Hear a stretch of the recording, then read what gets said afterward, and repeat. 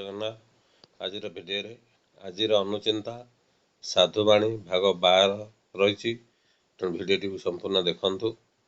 1 number, କାହା ଭିତରେ ଲୁଚି ରହିଛି ଜଣା ନଥାଏ, ଏଣୁ କାହାକୁ ଅପମାନ କରନ୍ତୁ ନାହିଁ। ସମୟ ବଡ଼ ବଳବାନ ହୋଇଥାଏ। କେତେବେଳେ ଧନୀକୁ ଗରିବ କରିଥାଏ ତ କେତେବେଳେ ଗରିବକୁ ଧନୀ କରିଥାଏ। 2 ନମ୍ବର, ଯେପରି ସ୍ୱପ୍ନ ଜଗତ ଜାଗ୍ରତ ହେବା ପରେ ମିଥ୍ୟା ଲାଗେ, ସେହିପରି ଏହି ଜାଗ୍ରତ ଜଗତ ନିଜ ଆତ୍ମାକୁ ଜାଣିବା ପରେ ମିଥ୍ୟା ଲାଗେ।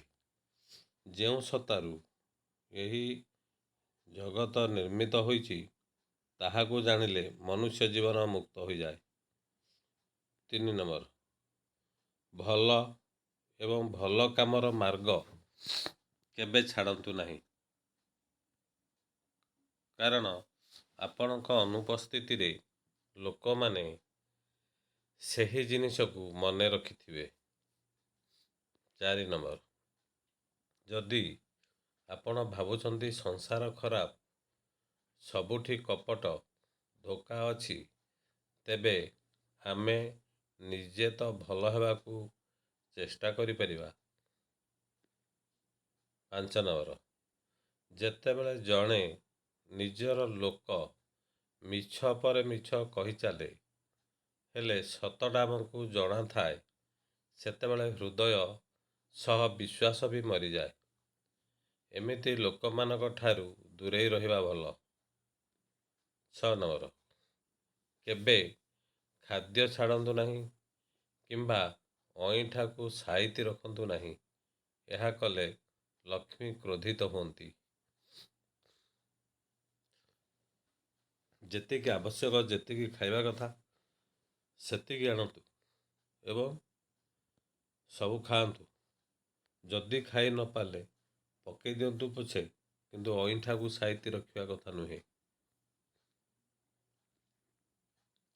7 ନମ୍ବର, ଗୋଟିଏ ହାତ ଉଠାଇ କାହାକୁ ନମସ୍କାର କରନ୍ତୁ ନାହିଁ, 2 ହାତ ଯୋଡ଼ି ନମସ୍କାର କରନ୍ତୁ ଏବଂ ମୁଣ୍ଡ ତଳକୁ କରନ୍ତୁ। ଯଦି ହ୍ୟାଣ୍ଡେଲ ସାଇକେଲ କିମ୍ବା ମୋଟର ସାଇକେଲର ଧରିଛନ୍ତି, ତେବେ ମୁଣ୍ଡ ତଳକୁ କରି ନମସ୍କାର କହିଦେଲେ ଯଥେଷ୍ଟ ହୋଇଯିବ।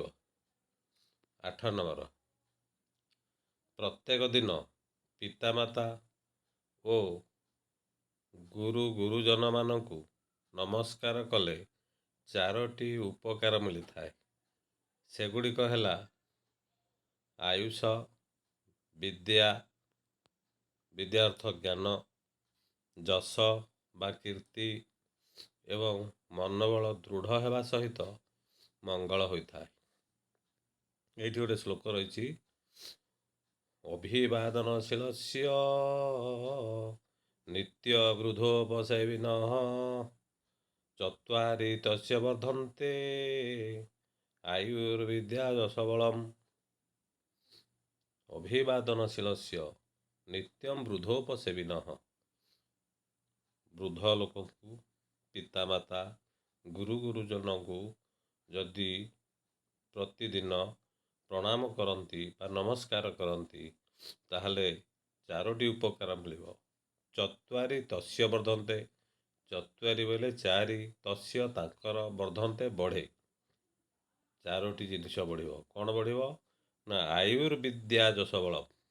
ଆୟୁ ହେଲା ଆୟୁଷ, ପରମାୟୁ, ବିଦ୍ୟା, ବିଦ୍ୟା ଅର୍ଥ ଜ୍ଞାନ, ଯଶ ବା କୀର୍ତ୍ତି ଏବଂ ମନୋବଳ ଦୃଢ଼ ହେବ। 9 ନମ୍ବର, ମଣିଷ ସୃଷ୍ଟିରେ ଶ୍ରେଷ୍ଠ ଜୀବ, ତେଣୁ ହିଂସା, ମାନେ ମଣିଷ ହେଉଛି ସୃଷ୍ଟିର ଶ୍ରେଷ୍ଠ ଜୀବ। ଯେତେ ଜୀବ ରହିଛନ୍ତି ସବୁଠାରୁ ଶ୍ରେଷ୍ଠ ହେଲା ମଣିଷ। ତେଣୁ ହିଂସା, କ୍ରୋଧ, ଲୋଭ, ନିଷ୍ଠୁରତା, ଅହଙ୍କାର ଏଗୁଡ଼ିକୁ ତ୍ୟାଗ କରିବା ଫଳରେ ଆପଣଙ୍କର ବହୁତ ମଙ୍ଗଳ ହେବ।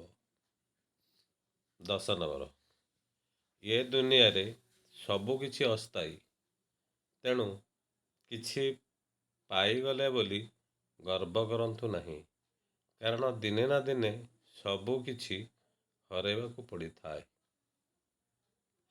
ଭିଡ଼ିଓଟିକୁ ସମ୍ପୂର୍ଣ୍ଣ ଦେଖନ୍ତୁ। ଭିଡ଼ିଓଟିକୁ ଲାଇକ୍, ସେୟାର, କମେଣ୍ଟ ଏବଂ ସବସ୍କ୍ରାଇବ୍ କରିବା ପାଇଁ ଅନୁରୋଧ। ଏତିକିରେ ରହିଲି। ପରବର୍ତ୍ତୀ ସମୟରେ ଏହାର ପାର୍ଟ 13 ଅପଲୋଡ଼ କରାଯିବ।